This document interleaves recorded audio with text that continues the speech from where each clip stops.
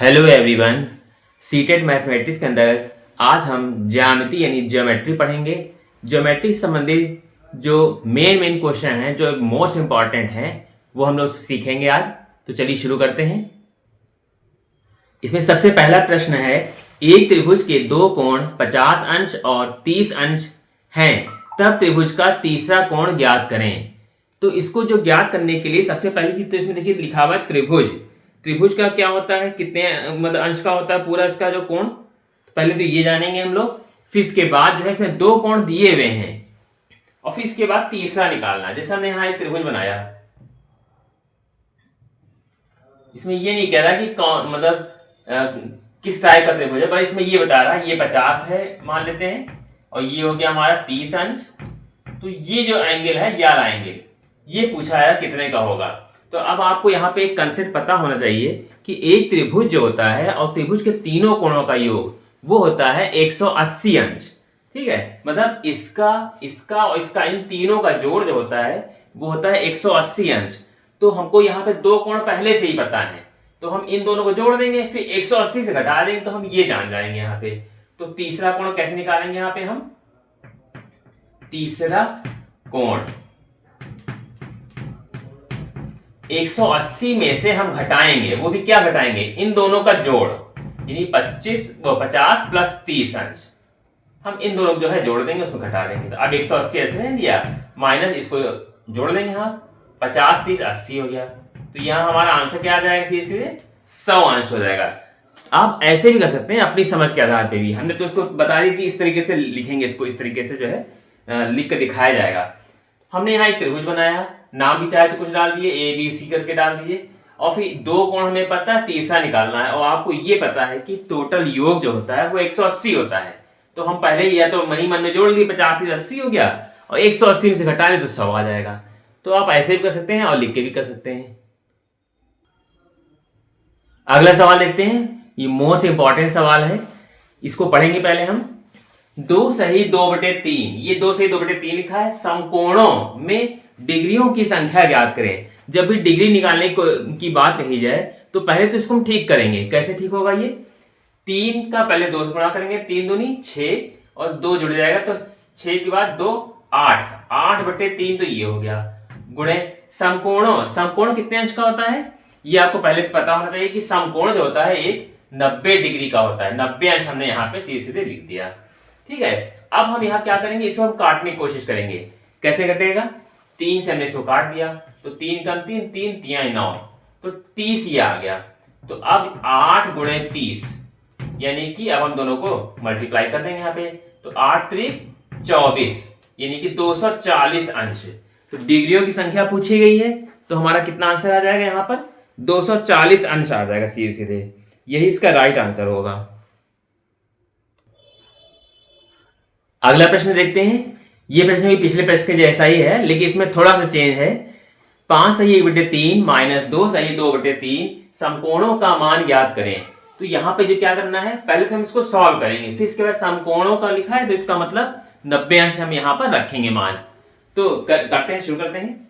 तो 3 5 15 और 1 16, 16/3 ये लिख दिया, माइनस 3 दूनी 6 7 8, 8/3 ये लिख लिया, और इंटू समकोणों लिखा है तो 90 अंश हम यहाँ पे गुणे में लिख देंगे।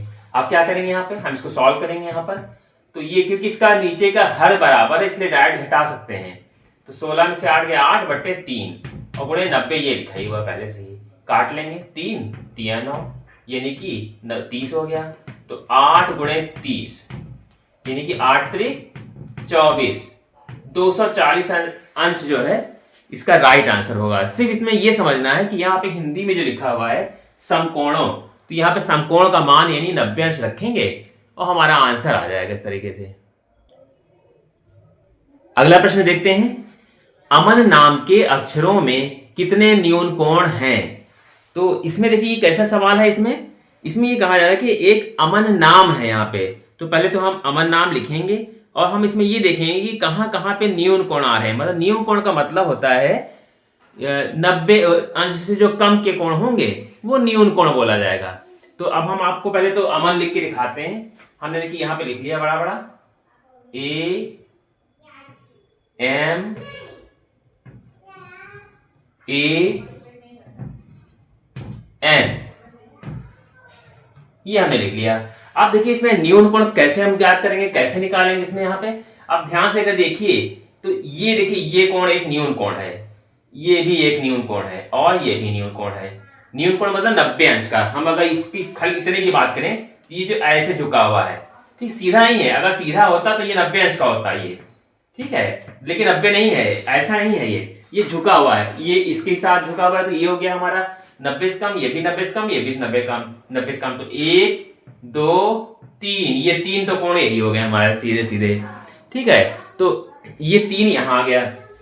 चौथा देखिए यहां पे है, ये चौथा 4 और यहाँ पे 5। इसको थोड़ा और अच्छे से बना लेते हैं एम को हम, आपको समझ में आएगा कैसे ये इतना आ रहा है। एक ये,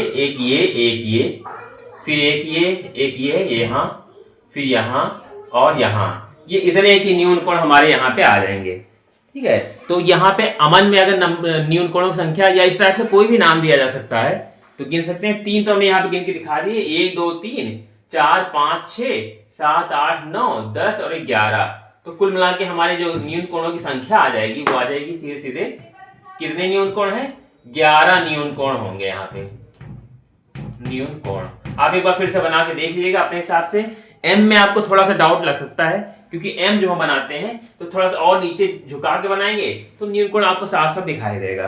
पूरा प्लेन हो नहीं सकता है और 90 से ज्यादा हो भी नहीं सकता इसमें भी, ठीक है। तो इस तरीके से अगर हम गिने यहाँ पर तो टोटल अमन में 11 न्यून कोण होंगे।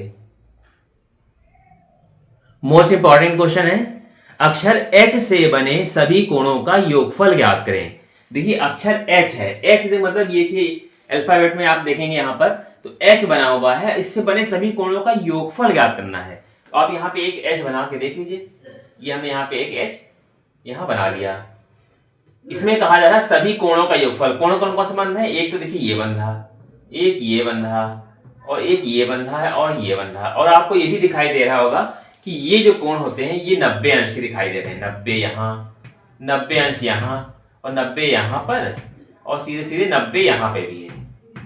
तो अब ये कहा जा रहा है, कोण तो सारे हमने निकाल लिए, अब ये कहा जा रहा है कि सभी कोणों का योगफल। तो योगफल क्या आ जाएगा, कोणों का योगफल ये हो जाएगा 90 प्लस 90, 90 और प्लस में 90 ये भी, ठीक है। तो कितना आ गया हमारा यहाँ पर, तो 9 चौक 36, 360 अंश। ये हमारा इसका राइट आंसर आएगा। पूछा जा रहा है सभी कोणों का योगफल, तो कितना आ जाएगा, सीधे सीधे 360 हो जाएगा।